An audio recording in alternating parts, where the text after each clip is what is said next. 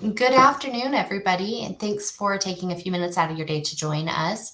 I have with us today Bob Bowman from CAQH. Bob, thank you so much for taking some time to join us and talk about the upcoming fall HBMA conference. Yeah, great. Thank you for the invitation. Looking forward to it. Absolutely. Bob, can you tell our viewers a little bit about yourself and your background? Yes, for sure. I'm a principal at CAQH, and I've been here for almost 15 years, which is amazing. And what CAQH is we're a coalition of the industry. So we work with about 120 different entities across the landscape. That includes, we break it into 4 different stakeholder types. So we have health plans, provider organizations, vendors, and clearinghouses that all work together to build operating rules.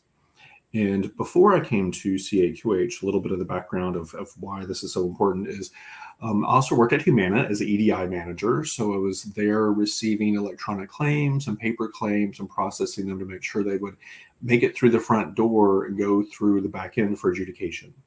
Also worked with our provider portal, so providers know exactly how to do that, how to submit claims and transactions and interactions. Gotcha.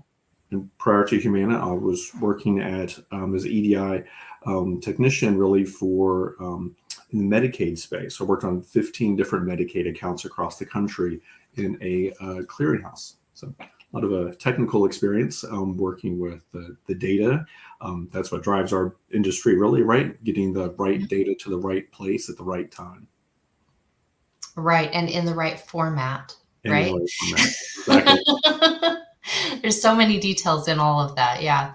Can you tell our viewers a little bit about your session for this fall's HBMA conference? Give us a Yeah. sneak peek. Yeah, definitely. We're trying to whet your appetite, so you'll join us for that morning session. And what we'd like to do during that session is really to engage your membership so they understand what the potential changes might be for some of the HIPAA regulations, as well as for some of the updates and the new rules that we've drafted as that coalition has finished a lot of its work. That work was completed at the end of last year. Our board approved all of the rules, so those are now been published and formalized.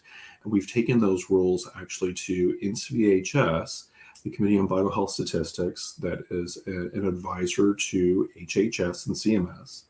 And they are making recommendations now whether to push those operating rules forward for federal mandate.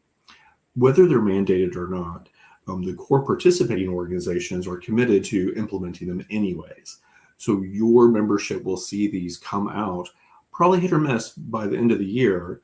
And then NCVHS will meet and have their recommendations to HHS. I know that's a long-winded question, but we want to walk through maybe what that process looks like, what the impact might be, and really what the details of those updates and edits are, because some of them will be quite impactful that can really help people as they process through the revenue cycle, upfront with eligibility, through claim status transactions, through billing the claim, through the remittance advice, all those different transactions and interactions that take place that we monitor and manage. Each one of those may potentially be impacted with these edits, these updates, and the new rules that we have. That is going to be a meaty session, so we're going to make sure that we have our coffee with us. Definitely. And definitely looking for feedback, because not only do we want to provide an update on kind of where we're moving next, but also what other things should we be working on in 2023 and 2024. And we really look for feedback from the participants to see where are the challenges that they still have. We know that one of our updates will be really important, and that is attachments. We've made some progress in attachments, and what that means for, moving the pins from a claim to get that claim to final adjudication status. What's next? What else do we need to drill down perhaps more deeply into on those types of edits and pins? What types of attachments are causing the worst problems for you? What types of interactions take place through that life cycle of the claim that we can still work on as an industry, right? How do providers know, how do billing services know when to submit the attachment, how to submit the attachment. Is it uniform across the industry? No, it's not, right? So dealing with that inconsistency and the variety of things that take place can really be problematic, as we all know. Yes, yeah, for sure. And so, that I think that's going to be a very valuable session. There's a lot of really important things that will be covered there. What are some of the key takeaways that you hope participants take home with them? Perhaps maybe a couple of things. I think participants should be able to look toward their vendors and clearinghouse and health plans. Really, the main impetus behind many of our rules is to get them to do things more consistently. So the burden isn't on the people submitting the claims or processing the payments or trying to find somewhere on screen what that eligibility data looks like, because it's all variable, and unfortunately, right? And that's part of the burden. So the operating rules help to make that more consistent across health plans, across payers, and across vendors.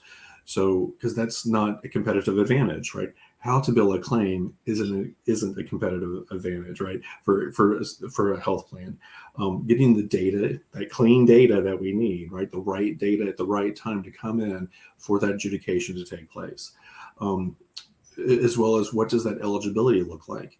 If you're getting a bunch of messages on screen to look at what the benefit structure is and what it looks like, and you have to scan and scroll and scroll and scroll, that makes it really a challenge for the end user.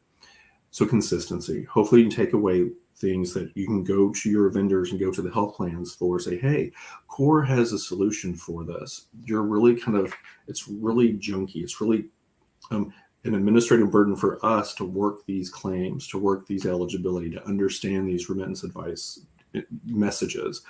There's a way to do it better. CORE has that way. So that level of participation is going to be really important. Perfect. Yeah.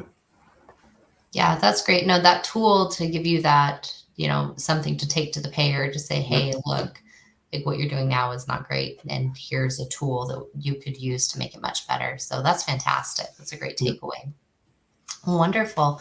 Well, Bob, thank you so much for taking some time out of your day today to give us a sneak peek and let us know a little bit about the session.